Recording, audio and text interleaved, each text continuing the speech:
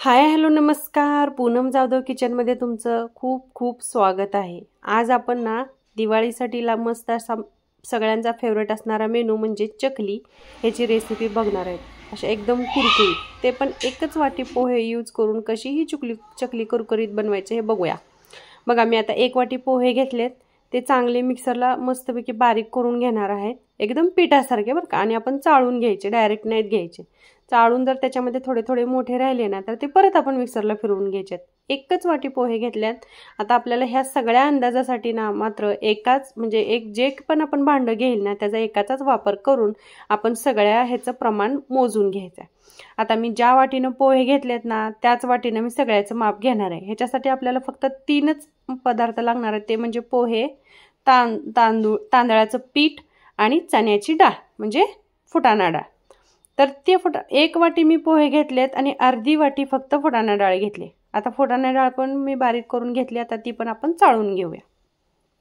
आता ही चाळून घेऊया। ह्याच्यामध्ये पण आपल्याला बघायचं आहे की बाबा का मोठं काय राहिलं असेल तर, जास्त जर आपल्याला असं वाटत नसेल तर मग आपण हा चाळ डायरेक्ट टाकून द्यायचा, किंवा जर आपल्याला बारीक करायचं असेल तर परत एकदा बारीक करून परत हे चाळून घ्यायचं। बघा, आता हे असं बारीक करून घेतलं मी। आता तो चाळ खूपच बारीक राहिला होता, नको होता, म्हणून मी तो टाकून दिला। आता ह्याच्यामध्ये आपण घेणार आहोत 1.5 वाटी तांदळाचं पीठ। बघा, मोजमाप व्यवस्थित ठरलं की आपली चकली कुरकुरीत खुसखुशीत जशी आपल्याला पाहिजे, बिना तेल म्हणजे तेल न धरलेली अशी व्यवस्थित होते। त्याच्यासाठी आपल्याला 1 वाटी आपण पोहे वापरलेत, अर्धी वाटी फुटाणा डाळ आणि 1.5 वाटी तांदळाचं पीठ। ज्यावेळेस आपलं माप व्यवस्थित राहतं ना त्यावेळेस कोणताही पदार्थ म्हणजे बिघडत नाही किंवा खराब होत नाही। तर ह्याच्यासाठी ना मी आपले जे पोहे खायचा चमचा असतो ना त्या चमच्याने 2 चमचे तेल घेतलेत, जे कडकडीत गरम होते, आणि ते पिठामध्ये मिक्स करून असं बघा चमच्याने हलवून घेते।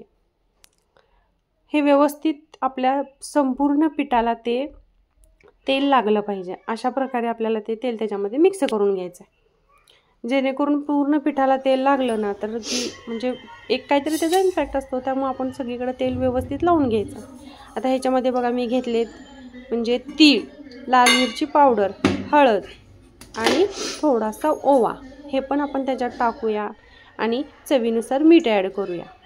आता तिळाचं प्रमाण वगैरे तर नॉर्मली एखादा चमचा तीळ ह्या प्रमाणासाठी ठीक आहे, पण आपल्या हिशोबाने आपल्याला कितपत तिखट पाहिजे ह्याच्यानुसार आपण तिखट, आणि तीळ आपल्याकडे जास्त असेल तर आपण जास्तही टाकू शकतो। आणि सगळ्यात महत्त्वाचं म्हणजे ना हे पीठ मळताना आपल्याला कडकडीत गरम झालेलं उकळलेलं पाणीच या पिठाला मिक्स करायचं आहे। थंड पाणी किंवा कोमट पाणी मिक्स करायचं नाही आहे। हळूहळू हे मळून घेत जायचं आहे, जेणेकरून ते पाणी गरम असल्यामुळे मी बघा ते चमच्याने हलवत घेते आहे, आणि जसं जसं आपल्याला जमेल ना तसं तसं हे पीठ हळूहळू मळून घ्यायचं आहे। खूप जोरात मळावं लागणारच नाही आहे आपल्याला, की जसं आपण चपातीची कणिक मळतो त्या प्रकारे तर आपल्याला मळायचंच नाही आहे। पण हे पाणी खूप गरम असल्यामुळे आधी चमच्याने पूर्ण सगळं थोडंसं ओलसर पीठ करून घ्यायचं, आणि परत हळूहळू हाताच्या साहाय्याने आपल्याला जसं जमतंय ना त्या प्रकारे आपल्याला हे पीठ मळून घ्यायचं आहे। जास्त जोर लावून मळायची गरज पडत पण नाही किंवा गरजही नाही, त्यामुळं आपण हळूहळू जसं म्हणजे आपल्याला जमेल ना तसं हे पीठ मळून घ्यायचं।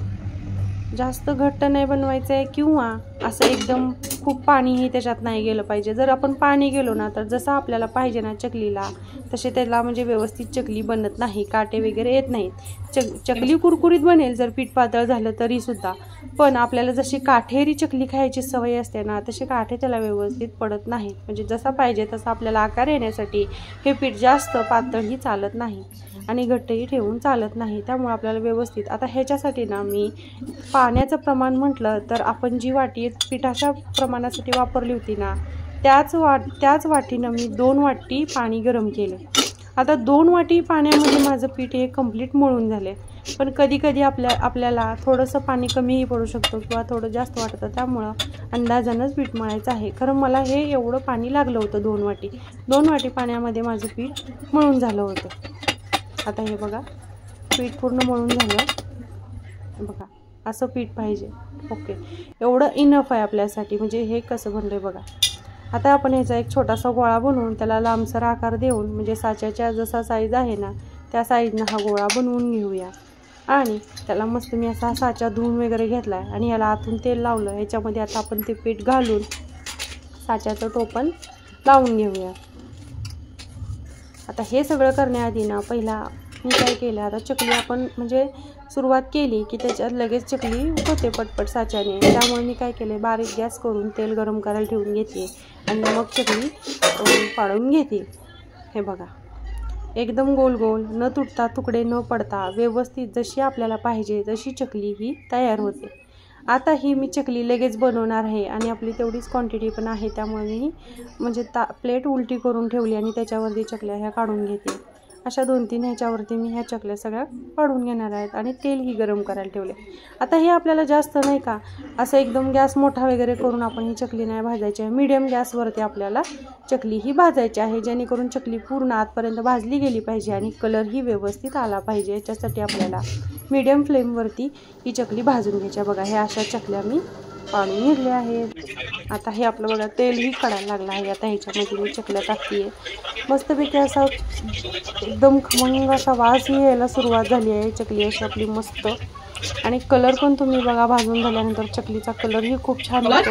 एकदम सोपा, एकदम सिंपल प्रकारे आपण चकली बनवू शकतो. एकदम घरातल्या 2-3 गोष्टींपासून अशी कुरकुरीत आपल्याला जशी पाहिजे ना तशी चकली तयार होते. त्यामुळं तेल गरम, अगदी गरम झालं जर तेल असेल ना तरीही आपण चकलीला नाही का असा लालसर कलर येऊ शकतो. त्यामुळं एकदम मीडियम फ्लेमवरती आपल्याला ठेवूनच ही चकली तळून घ्यायची आहे. आता मी काय करते, ह्या चकल्या तळते तरी पण अजून एका प्लेटवरती ना मी हे चकल्या पण अजून पण म्हणजे हे करून घेतलेल्या आहेत, बनवून घेतल्या आहेत. आता आपण हे तळून घेऊयात मस्त. तुम्ही बघा ह्याला कशी टेस्ट, म्हणजे रंग कसा येतो आणि एकदम कुरकुरीत चकली होती ही.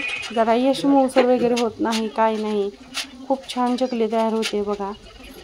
हे बघा, आता हे थोडेसे तेलाचं हे कमी झालं ना, फुगल्यासारखे जे झालेत ना ते कमी झालं की ह्याचा अर्थ आपल्याला असं समजतो की बाबा चकली आतपर्यंत भाजली गेलेली आहे. जसं कारण का आपण चकली टाकली त्यावेळेस तेल कसं होतं आणि आता चकली तळून होत आली की ते कसं होतं ह्याच्या अंदाजानुसार आपल्याला समजते की चकली आतपर्यंत भाजली.